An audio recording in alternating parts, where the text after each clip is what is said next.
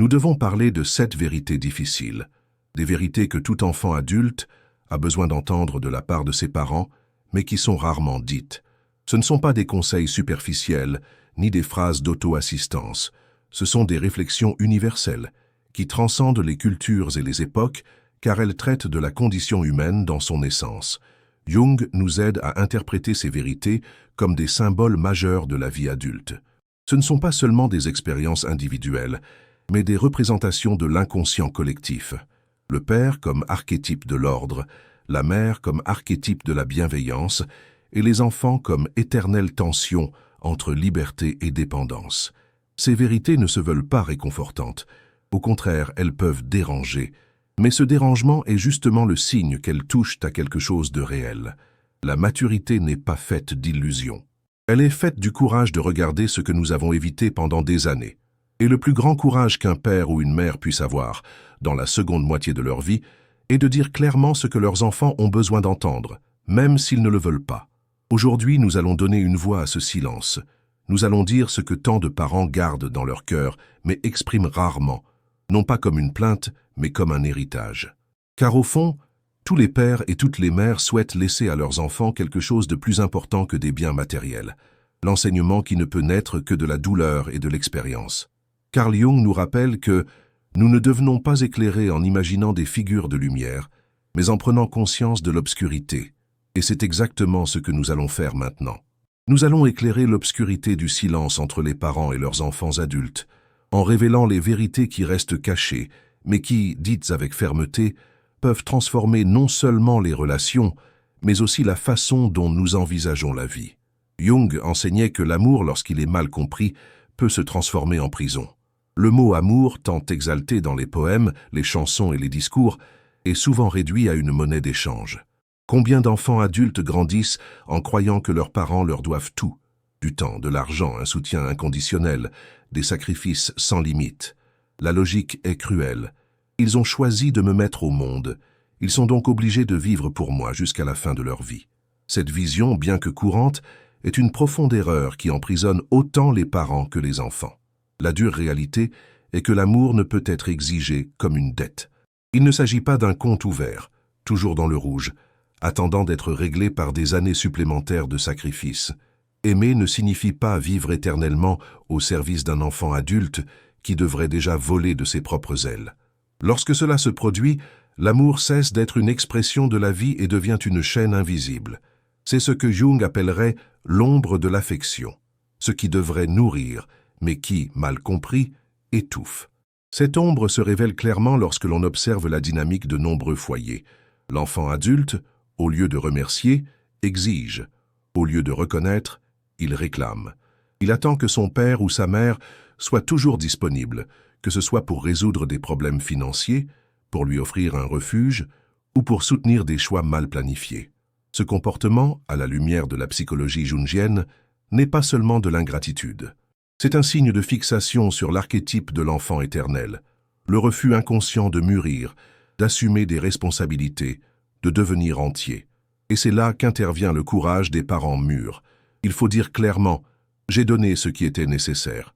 Le reste de ta vie est ta responsabilité ». Ces mots peuvent sembler durs, voire impitoyables, mais ils recèlent une vérité libératrice. Le véritable amour n'est pas éternel, parce qu'il emprisonne, mais parce qu'il libère. L'enfant qui comprend cela découvre que le plus grand héritage n'est pas de tout recevoir tout fait, mais d'apprendre à marcher seul. Jung nous rappelle que chaque individu doit suivre son propre chemin vers l'individuation, le processus qui consiste à devenir qui il est vraiment. Lorsque les parents maintiennent leurs enfants enchaînés à un rôle éternel de dépendance, ils empêchent ce processus. Il en résulte un adulte infantile, incapable d'affronter la vie de manière autonome. Ce qui devait être une protection se transforme en poison, une protection qui tue la force vitale. Il est clair que de nombreux parents, en particulier ceux qui ont traversé des décennies de lutte, portent en eux une culpabilité silencieuse. Ai-je fait assez? Ai-je abandonné à un moment donné? Et poussés par ce poids, ils continuent à subvenir à tous leurs besoins, même lorsque cela compromet leur propre santé, leurs propres finances, leur propre paix. Mais cette culpabilité, dirait Jung, n'est pas de l'amour, c'est de l'ombre. C'est une tentative inconsciente de réparer les blessures du passé en se projetant dans le présent. Un exemple simple aide à visualiser cela. Imaginez un arbre qui refuse de laisser tomber ses fruits, les retenant même après qu'ils aient mûri. Que se passe-t-il? Ils pourrissent sur la branche. Il en va de même pour les enfants adultes maintenus artificiellement dans la dépendance.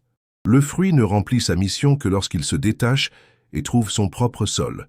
En le laissant partir, l'arbre ne cesse pas d'être mère. Au contraire, il remplit sa fonction la plus profonde. Cette vérité peut sembler cruelle pour ceux qui croient encore qu'aimer est synonyme de s'annuler soi-même. Mais la maturité nous enseigne que l'amour sans limite devient servitude. Et la servitude ne génère jamais le respect, seulement la consommation. Les enfants qui consomment leurs parents jusqu'au bout deviennent rarement reconnaissants. Au contraire, ils deviennent plus exigeants, car leur inconscient comprend qu'il n'y a pas de frontière entre le moi et l'autre. C'est pourquoi la première vérité que nous devons dire à haute voix est la suivante. L'amour n'est pas une dette éternelle. Aimer, ce n'est pas signer un contrat à vie de renonciation personnelle. C'est donner ce qui est juste, au bon moment, puis permettre à chacun de suivre son chemin. L'enfant adulte doit entendre cela non pas comme une menace, mais comme une libération. Car en se détachant de l'attente que ses parents résolvent tout, il se connecte à sa propre force, à sa propre responsabilité, à sa propre dignité. Et pour les parents qui m'écoutent maintenant, souvenez-vous, protéger n'est pas remplacer, aider n'est pas empêcher, et aimer n'est pas se sacrifier jusqu'à disparaître. Jung disait que la vie n'a de sens que lorsque nous devenons entiers, et personne ne devient entier en vivant la vie de l'autre, ni l'enfant, ni le parent.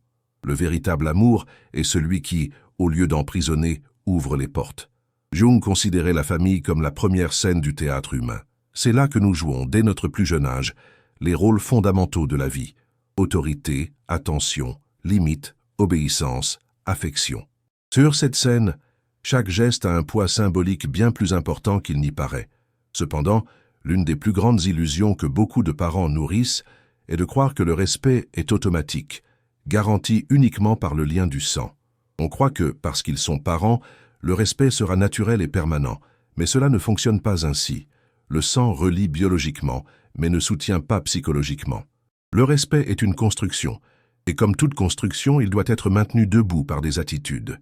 Jung nous rappelait que les symboles sont des forces vivantes. Si nous ne les nourrissons pas, ils perdent leur pouvoir. Et le symbole de l'autorité parentale ne fait pas exception. Il doit être constamment renouvelé par l'attitude, la cohérence et la dignité. La vie adulte met cette vérité en évidence. Les enfants grandissent, se forgent des opinions, construisent leur propre vie et ne voient plus leurs parents comme des dieux ou des protecteurs absolus, mais comme des êtres humains. C'est là que se pose le véritable défi. Si le père ou la mère a vécu avec fermeté et dignité, le respect demeure, même avec les erreurs naturelles de la vie. Mais s'il ou elle a tout cédé, renoncé à sa propre voie, toujours dans l'ombre pour satisfaire les désirs des autres, le respect s'estompe. Les enfants adultes testent constamment les limites, parfois de manière subtile, par des silences prolongés, d'autres fois de manière agressive, par des mots blessants ou des exigences démesurées. Le père ou la mère qui cède toujours pour éviter les conflits ou préserver une fausse harmonie ne se rend pas compte qu'il renonce à sa place symbolique dans la famille. Il ne s'agit pas d'autorité autoritaire, mais de présence ferme. L'absence de cette fermeté transforme la relation en un terrain instable, où le respect cède la place à la condescendance ou, pire, au mépris silencieux. Dans la vision jungienne, l'image du vieil homme sage est un archétype universel. Il n'est pas respecté parce qu'il impose la force brute, mais parce qu'il incarne la dignité. Son attitude face à la vie suscite le respect dans l'inconscient collectif. Lorsqu'un père ou une mère tient parole, fait preuve de cohérence dans ses gestes et fixe des limites claires, même les enfants les plus rebelles reconnaissent, bien que silencieusement, la force symbolique de cette présence. En revanche, lorsque les parents s'humilient, quémandent de l'attention ou vivent dans le but de plaire, ils perdent l'aura qui suscite le respect. L'amour peut rester, mais le respect s'estompe. Et sans respect, toute relation familiale se détériore. Car le respect est le terreau où l'affection prend racine. Sans lui, l'affection se flétrit et devient un fardeau. Combien de parents âgés vivent aujourd'hui cette expérience amère? Ils découvrent que leur enfant leur rend visite sans enthousiasme, que leur belle-fille ou leur gendre leur parle avec impatience, que leurs opinions sont rejetées comme dépassées. La douleur ne réside pas seulement dans le manque d'affection, mais dans la constatation qu'ils ont perdu leur place symbolique de référence. Et cela n'est pas arrivé par hasard. À un moment donné, ils ont confondu amour et soumission et ont fini par laisser le respect s'éroder. La dure vérité que nous devons dire est la suivante. Le respect ne naît pas automatiquement du sang. Ce qui naît du sang, c'est seulement le lien physique. Ce qui soutient le respect, c'est l'attitude. La manière dont chaque père ou mère se positionne face à la vie est ce qui éveille, dans l'inconscient des enfants, l'image du guide, de la référence, de la présence qui ne plie pas au vent. Cela signifie que, même à un âge avancé, il est encore possible de retrouver cet espace symbolique, non pas par des cris, non pas par des impositions, mais par le courage silencieux d'être ferme, par la clarté de dire « ici est ma limite », par la dignité de ne pas accepter le manque de respect, même si cela coûte de la distance, parce que le vrai respect ne se négocie pas. Il est la conséquence de ce que nous projetons par notre attitude. Jung nous a enseigné que l'exemple n'est pas la principale façon d'influencer les autres, c'est la seule. Cette phrase prend tout son sens au sein de la famille. Les enfants, même adultes, continuent d'observer. Et s'ils voient chez leur père ou leur mère une attitude digne, ils apprennent, même contre leur gré, à respecter. Par conséquent, souvenez-vous, n'attendez pas que le sang garantisse automatiquement le respect. Il ne sera préservé que si vous maintenez votre propre dignité face à la vie. Car l'amour peut unir, mais c'est l'attitude qui soutient véritablement. Combien de parents ont, en silence, transformé leurs enfants en substituts de leurs rêves non réalisés? C'est un drame récurrent qui traverse les générations. Le père qui voulait être médecin, mais qui n'a pas pu, projette ce désir sur son fils. La mère qui rêvait d'être artiste, mais qui a abandonné, exige que sa fille suive cette voie. Cette dynamique, apparemment motivée par l'amour et l'attention, cache un mécanisme psychologique profond que Carl Jung appelait la projection. Déposer sur les autres les ambitions, les désirs ou les peurs que nous n'avons pas eu le courage d'affronter en nous-mêmes. Lorsque le père projette, il crée une prison dorée. Il dit, de manière explicite ou implicite, « Tu seras ce que je n'ai pas pu être ». À première vue, cela peut sembler encourageant, mais en pratique, c'est un emprisonnement. Le fils ou la fille porte alors un fardeau qui n'est pas le sien. Vivre la vie qui appartient à l'autre. La pression détruit deux existences. Celle du fils, qui perd la liberté de choisir son propre chemin, et celle du père, qui n'affronte jamais sa frustration personnelle et continue à vivre à travers un reflet. Jung avertissait que la projection est toujours un piège pour l'âme. En projetant, nous ne voyons pas l'autre tel qu'il est, mais tel que nous aimerions qu'il soit. Ce faisant, nous annulons son individualité et condamnons notre propre évolution. Car tandis que le fils vit la vie du père, le père évite de regarder son ombre, les choix qu'il n'a pas faits, les peurs qu'il n'a pas affrontées, les défaites qu'il n'a jamais acceptées. C'est l'une des vérités les plus dures de la maturité.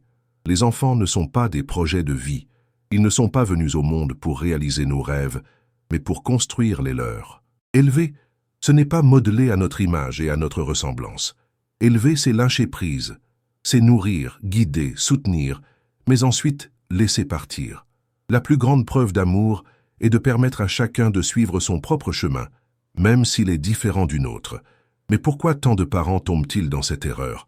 Souvent, parce que l'âge mûr révèle un vide douloureux. Quand ils atteignent la cinquantaine, la soixantaine, les rêves abandonnés frappent à la porte. L'esprit commence à se poser des questions. Et si j'avais choisi une autre voie? Et si j'avais eu plus de courage? C'est à ce moment-là que beaucoup considèrent leurs enfants comme la seconde chance qu'ils n'ont jamais eue. Au lieu d'affronter le vide, ils essaient de le combler en façonnant la vie de l'autre. Mais cette tentative de retrouver sa jeunesse à travers son enfant est une illusion. Jung disait que la vie non vécue devient un poids qui étouffe. Et ce poids, lorsqu'il est placé sur les épaules d'un enfant, ne génère pas d'épanouissement mais du ressentiment. Les enfants élevés comme des projets vivent partagés entre la culpabilité et la révolte. Ils se sentent coupables de ne pas répondre aux attentes et révoltés de ne pas avoir de liberté. Et dans de nombreux cas, ils finissent par s'éloigner précisément de ceux qui les ont le plus pressés. Le résultat est douloureux. Le père a le sentiment d'avoir tout sacrifié, mais ne reçoit aucune gratitude. L'enfant a le sentiment de n'avoir jamais été accepté tel qu'il est, mais seulement tel qu'il devrait être. Et c'est ainsi qu'un fossé silencieux se crée au sein de la famille. Il faut du courage pour briser ce cycle. Le courage de dire « J'ai rêvé, j'ai échoué, j'ai abandonné, mais c'est mon histoire, pas la tienne. Lorsqu'un père assume sa propre frustration au lieu de la projeter, il offre à son enfant le plus beau cadeau qui soit, la liberté d'être lui-même. Et il se donne la chance de se réconcilier avec son ombre en regardant sa propre vie avec honnêteté. La dure réalité est qu'élever un enfant, ce n'est pas l'emprisonner. Élever un enfant, c'est le laisser partir. C'est accepter que nos enfants empruntent des chemins que nous ne comprenons peut-être pas, mais qui sont les leurs, pas les nôtres. Les laisser partir ne signifie pas les abandonner. Cela signifie avoir confiance que les valeurs et les exemples que nous leur avons transmis suffiront à les guider. Lorsque nous ne lâchons pas prise, nous prolongeons notre ombre. Nous voulons vivre ce que nous n'avons pas vécu à travers un autre corps, une autre âme. Mais ce n'est qu'une autre façon de nier la réalité. La jeunesse ne peut être retrouvée. Ce qui peut et doit être fait, c'est d'intégrer les pertes, d'accepter les choix et de vivre la seconde moitié de la vie avec dignité, sans projection. Alors, souvenez-vous, vos enfants ne sont pas vos projets inachevés. Ce sont des individus à part entière, avec leur propre vocation, leur propre combat, leur propre parcours. Et la plus grande preuve d'amour est de leur permettre de vivre ce qui leur appartient. Car c'est seulement ainsi qu'à la fin de notre vie, nous pourrons regarder en arrière et dire « Je n'ai pas vécu à travers eux, je les ai laissés vivre ». Beaucoup de parents âgés se plaignent de l'ingratitude de leurs enfants. Ils se plaignent du silence face à des années de sacrifice, du peu de reconnaissance pour les nuits blanches, les renoncements, le travail acharné. Mais il faut regarder ce phénomène d'un œil plus profond. Jung nous aide à comprendre que l'ingratitude n'est pas seulement un défaut de caractère, c'est souvent un manque de conscience. Qu'est-ce que cela signifie? Cela signifie que la gratitude ne vient pas toute seule, comme si c'était un instinct naturel. Elle doit être cultivée. Un enfant qui n'a jamais été appelé à rendre des comptes aura du mal à reconnaître le sacrifice qui lui a été fait. S'il a grandi en croyant que tout était garanti, qu'il y aurait toujours quelqu'un pour résoudre, payer, réparer, il est naturel qu'il considère les soins comme une obligation et non comme un cadeau. La conscience ne s'éveille pas à la valeur de ce qui a été donné et la gratitude ne s'épanouit pas. Jung rappelait que tout apprentissage humain est symbolique. L'inconscient absorbe des exemples, pas des discours. C'est pourquoi la gratitude ne peut s'enseigner uniquement par des mots, et encore moins par des exigences. Elle doit être vécue au quotidien. L'enfant qui voit son père ou sa mère remercier pour les petites choses, un verre d'eau, un repas, une simple aide, apprend en silence la valeur de la réciprocité. Il comprend que rien n'est évident, que même le geste le plus banal mérite d'être reconnu. À l'inverse, l'enfant qui grandit dans un environnement où l'on exige constamment, apprend lui aussi à exiger. Si les parents se contentent de répéter « tu dois respecter, tu dois reconnaître », mais ne montrent jamais de gratitude pour leur propre réalisation ou pour l'aide qu'ils reçoivent, le message transmis est inverse. On ne remercie pas, on exige. C'est ainsi que se forme un cycle d'ingratitude, transmis de génération en génération. La dure réalité est la suivante. La gratitude ne naît pas automatiquement du sang.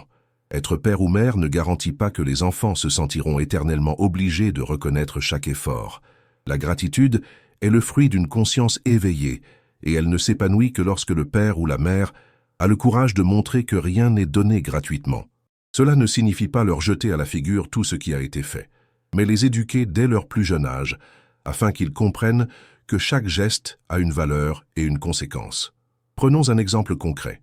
Lorsqu'un jeune adulte emprunte de l'argent et le reçoit sans aucune orientation ni limite, il a tendance à croire que c'était le devoir de ses parents. Mais lorsque ce même geste s'accompagne de fermeté, « Je t'aide maintenant, mais je veux que tu comprennes que cet effort a un coût pour moi », la conscience de l'enfant est touchée. Il comprend que ce n'était pas automatique, mais le fruit d'un sacrifice. Et c'est de cette prise de conscience que naît la gratitude. Jung soulignait que la vie psychologique exige des rites de passage. La gratitude en est un. L'enfant qui apprend à remercier cesse d'être un enfant, car il reconnaît que le monde ne tourne pas uniquement autour de lui. Reconnaître l'effort de l'autre est un signe de maturité. L'ingratitude est donc moins une insulte personnelle qu'un symptôme d'immaturité. L'enfant ingrat est encore prisonnier de l'archétype de l'enfant éternel qui croit que tout doit lui être donné sans contrepartie. Mais ici intervient un point essentiel. Même lorsque l'ingratitude fait mal, les parents ne peuvent pas la laisser devenir une prison émotionnelle. Beaucoup nourrissent leur rancœur. J'ai tout donné, et je n'ai rien reçu en retour. Cette attitude ne fait que prolonger la souffrance. La guérison, dirait Jung, réside dans la reconnaissance des limites. Les enfants peuvent être reconnaissants ou non. Ce qui importe, c'est que l'attitude des parents ne dépende pas de cette réponse. L'exemple donné reste dans l'inconscient et souvent n'est compris que des années plus tard lorsque la vie exige de la maturité. La leçon est donc claire, la gratitude se cultive, elle ne s'exige pas. Elle naît de l'exemple, de la conscience et de la fermeté, à montrer que rien n'est automatique. Les enfants ne remercient peut-être pas aujourd'hui, mais au moment opportun, les graines semées germeront. Et si elles ne germent pas, le plus grand héritage aura tout de même été transmis. La dignité de ceux qui ont donné sans s'annuler, de ceux qui ont aidé sans s'asservir, de ceux qui ont vécu la vérité que tout dans la vie a de la valeur. C'est la 4e vérité dure. La gratitude n'est pas un héritage biologique, c'est une conquête spirituelle. Dans la psychologie jungienne, la discipline n'est pas une tyrannie. C'est un rite de passage, un pont qui sépare l'enfance de l'âge adulte. La limite n'est pas une punition, mais un repère symbolique qui enseigne « ici commence le monde réel ». Les parents qui comprennent cela offrent à leurs enfants un cadeau qui ne peut être remplacé par de l'argent, des cadeaux ou la permissivité. La chance de mûrir. Les enfants qui grandissent sans limite restent prisonniers de l'archétype de l'enfant éternel, le puer aeternus, comme le décrivait Jung. C'est la figure de l'adulte infantile, qui refuse d'assumer ses responsabilités, qui fuit les engagements et attend toujours d'être secouru. Lorsque les parents confondent amour et permissivité et évitent de dire « non » pour protéger ou faire plaisir, ils finissent par nourrir cette ombre de l'immaturité. Il en résulte un enfant qui n'apprend pas à gérer les frustrations et qui, à l'âge adulte, répète ce schéma dans ses relations, au travail et même dans la façon dont il traite ses propres parents. Un père qui n'a jamais dit non, croyant ainsi montrer son amour, ne se rend pas compte qu'en réalité il refuse quelque chose d'essentiel, l'opportunité de grandir. Le oui constant anesthésie. Le non, bien que douloureux sur le moment, renforce. C'est comme l'entraînement d'un muscle. La résistance crée la force. De la même manière, la résistance d'une limite crée le caractère. La limite est la véritable attention. Elle enseigne la responsabilité, façonne les choix, donne forme à la vie. L'enfant qui apprend à entendre un non découvre tôt que le monde ne se plie pas à ses désirs. Il apprend à différencier le possible de l'impossible, le juste de l'injuste, le désir de la réalité. Cet apprentissage, qui commence à la maison, devient la base de la maturité psychologique. Et ce principe ne disparaît pas lorsque les enfants deviennent adultes. Au contraire, souvent, il devient encore plus nécessaire. L'enfant adulte qui exige sans cesse, que ce soit une aide financière, du temps sans considération, l'obéissance à ses propres choix, a besoin de limites pour retrouver son équilibre. C'est à ce moment-là que le père ou la mère doit dire fermement « Je suis un parent, pas un serviteur ». Cette phrase a une force symbolique puissante. Elle n'est pas un refus d'amour, mais une affirmation de dignité, car l'amour sans limite devient de la servitude, et la servitude tue à la fois le respect et la relation. Lorsque les parents cèdent à toutes les demandes, ils renoncent à l'espace qui les définit. En maintenant cette limite, ils préservent non seulement leur propre intégrité, mais aussi la croissance de leur enfant. Jung dirait que la limite est une forme d'individuation, le processus qui consiste à devenir entier. En imposant un « non », les parents obligent leur enfant à chercher en lui-même les ressources qu'il espérait auparavant trouver à l'extérieur. Cela peut susciter une révolte au début, mais avec le temps, cela engendre la maturité. De nombreux enfants adultes, des années plus tard, reconnaissent que ce sont les limites imposées par leurs parents qui leur ont appris à se relever. Il est évident qu'imposer des limites demande du courage. Il est plus facile de céder. Le « oui » évite les disputes, apaise le moment, crée l'illusion d'une harmonie. Mais c'est une fausse harmonie, construite au détriment de la dignité. Le « non », en revanche, peut générer un conflit immédiat, mais préserve la vérité de la relation. Et seules les relations basées sur la vérité résistent au temps. Dire non est peut-être la plus grande forme d'amour, car c'est le geste qui prouve que vous ne vous souciez pas seulement d'être aimé, mais aussi d'éduquer, de former, de préparer à la vie. Le père ou la mère qui dit non rappelle à son enfant que la vie ne se plie pas aux caprices, mais exige des efforts, des choix et des renoncements. Cet enseignement, bien que douloureux, est ce qui soutient la vie adulte avec responsabilité et dignité. Ne craignez donc pas le non. Il n'éloigne pas, il rapproche. Il ne détruit pas l'amour, il le purifie. La limite est la ligne invisible qui protège à la fois le cœur des parents et la maturité des enfants. Ceux qui aiment vraiment comprennent qu'il n'y a pas de liberté sans frontières, ni de respect sans fermeté, et qu'au final, le non est le plus grand oui à toute une vie. De nombreux enfants adultes grandissent avec l'espoir silencieux de recevoir un héritage. Ils espèrent qu'à la fin de leur vie, leurs parents leur laisseront des maisons, des propriétés, de l'argent ou des biens accumulés au fil des décennies. Certains vont même jusqu'à mesurer l'amour à l'aune du patrimoine transféré. Cependant, Carl Jung nous rappellerait que le véritable héritage humain n'est pas financier, mais symbolique. Ce qui façonne l'inconscient des générations futures, ce ne sont pas les chiffres d'un compte bancaire, mais la façon dont les parents ont vécu. Un enfant peut perdre une maison lors d'une crise, dépenser une fortune en quelques années, vendre des terres héritées à la recherche de facilité. Mais il y a quelque chose qui ne peut jamais être effacé, le souvenir du père ou de la mère qui ont vécu debout, sans s'humilier, en conservant leur dignité face à la vie. Cette image, même si elle n'est pas toujours reconnue en paroles, s'inscrit profondément dans l'inconscient. Elle devient un archétype vivant, l'ancien qui affronte les tempêtes sans se courber, qui n'échange pas sa dignité contre des faveurs, qui préfère la simplicité honnête à l'abondance entachée. La dure réalité est la suivante: aucun bien matériel ne remplace l'exemple. Au contraire, lorsque l'héritage financier est laissé sans le fondement de la dignité, il devient une malédiction. Combien de cas connaissons-nous de familles qui se sont désintégrées dans des disputes pour l'argent, de frères qui sont devenus ennemis à cause de propriétés, d'enfants qui ont gaspillé en quelques mois les efforts de toute une vie. Ce qui manquait là, ce n'était pas l'héritage, mais le legs. Ce n'était pas le patrimoine, mais les valeurs. Jung insistait sur le fait que la psyché humaine se nourrit de symboles. La dignité est l'un de ces symboles suprêmes. Elle communique sans mots qu'il existe quelque chose de non négociable chez l'être humain, son attitude face à la vie. L'enfant qui grandit en voyant son père agir avec fermeté, même face à la pauvreté, apprend inconsciemment que le caractère vaut plus que le confort. La fille qui voit sa mère tenir parole, même lorsque cela lui coûte cher, apprend que l'intégrité soutient plus que n'importe quelle fortune. Cet héritage invisible ne peut être volé, divisé ou gaspillé. Il reste un guide silencieux pour toute la vie. C'est pourquoi la plus grande préoccupation des parents ne devrait pas être l'importance de l'héritage matériel, mais la clarté de l'exemple transmis. Lorsque la vie prend fin, ce n'est pas le solde bancaire qui soutient la mémoire, mais les gestes quotidiens, la façon dont nous traitions les autres, dont nous réagissions aux difficultés, dont nous défendions notre dignité dans des situations humiliantes. Ces moments, qui semblaient souvent insignifiants, sont précisément ceux qui restent gravés dans la mémoire des enfants. Pour ceux qui ont déjà atteint la maturité, cette réflexion est essentielle. Il est naturel de vouloir laisser une sécurité matérielle, mais il est encore plus urgent de laisser le souvenir d'une vie intègre, car la dignité est le seul bien qui ne se dévalorise pas. C'est un patrimoine qui ne dépend ni de l'économie ni de la politique. C'est un héritage qui résiste même lorsque tout le reste est perdu.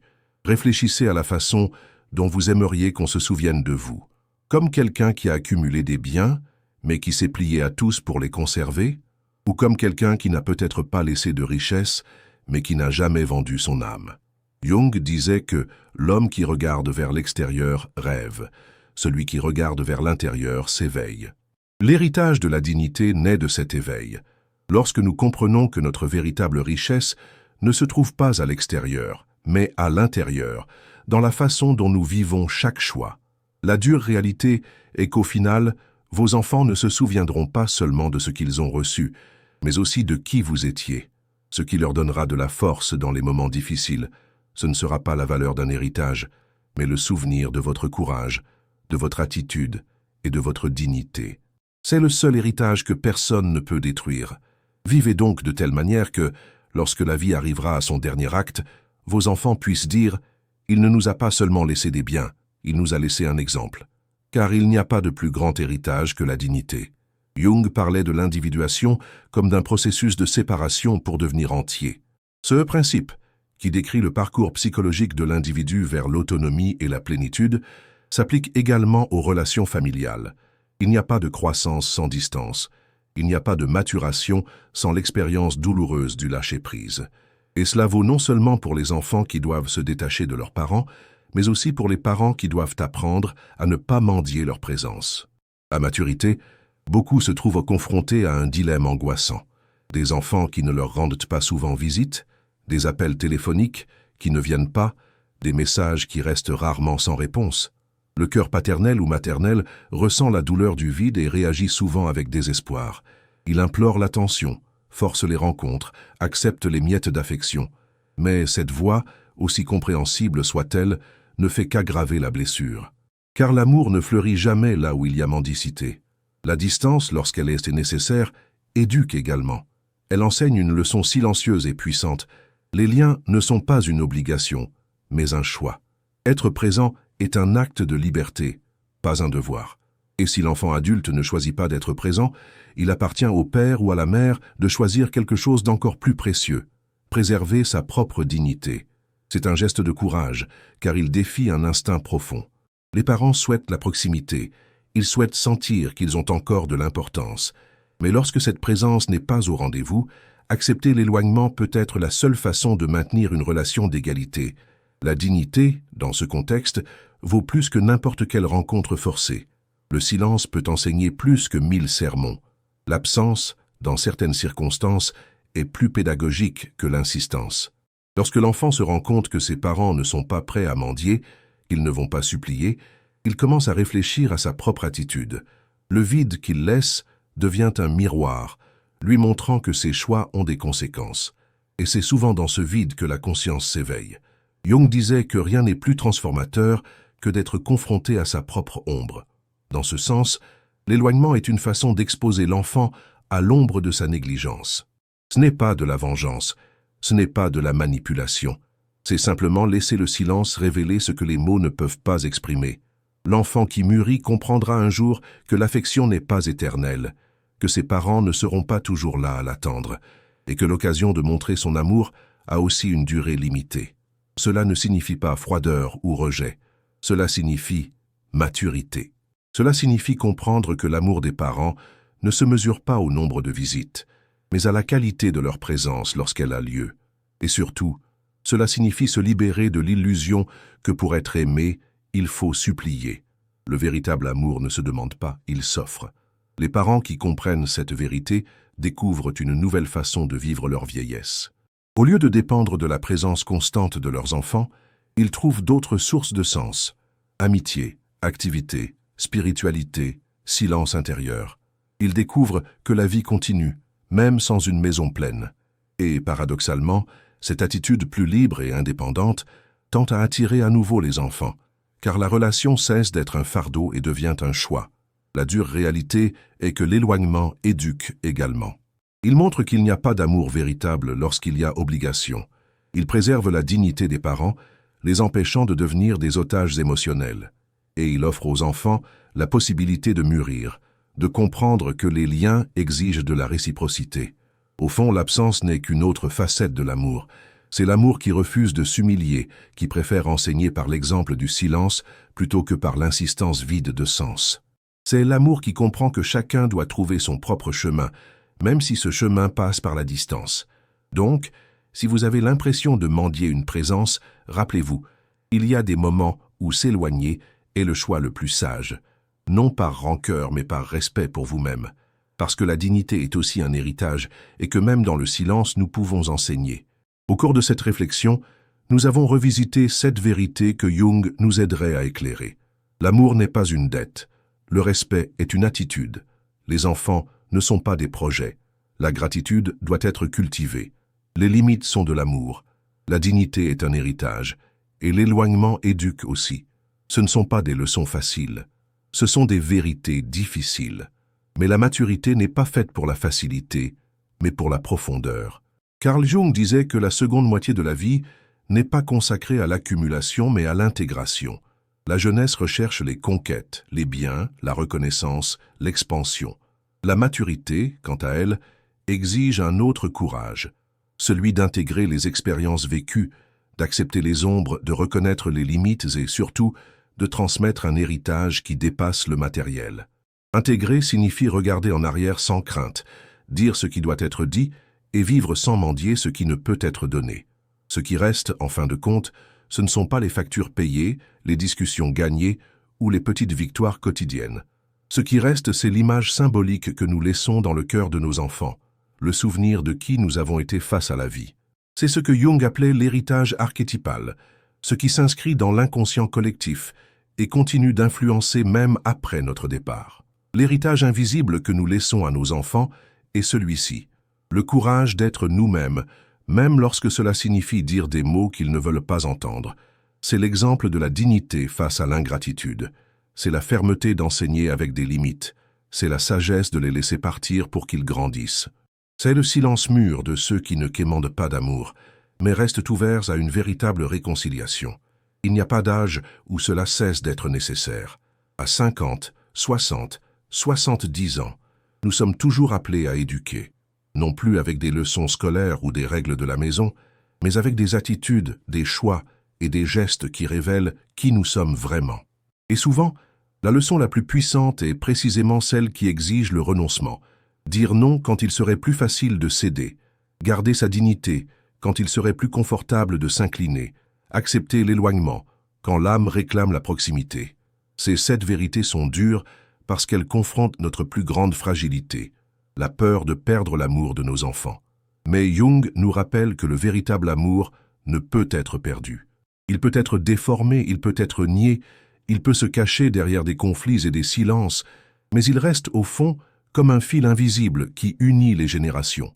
Et c'est précisément pour cela que ce que nous offrons par notre attitude sera mémorisé.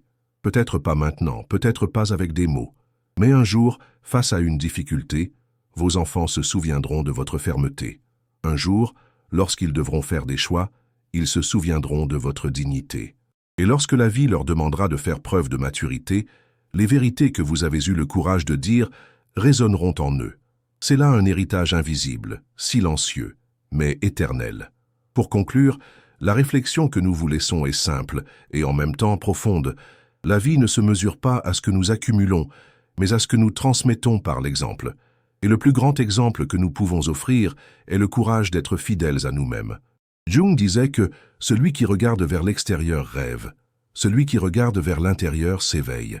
C'est l'appel de la maturité, s'éveiller à sa propre intégrité, vivre sans quémander le respect et enseigner par sa propre vie que la dignité est le bien le plus précieux que l'on puisse laisser. Ainsi, la question finale qui reste n'est pas de savoir ce que vos enfants vous ont donné, mais ce que vous avez gravé dans leur âme. Il ne s'agit pas d'un cadeau, mais d'une présence. Pas d'un héritage financier, mais d'un héritage invisible. Et cet héritage est fait de courage, d'attitude et d'amour véritable. Si cette réflexion vous a plu, aimez la vidéo, abonnez-vous à la chaîne et activez les notifications pour recevoir d'autres réflexions comme celle-ci. Ainsi, vous ne manquerez aucun nouveau contenu. Portez-vous bien et à bientôt.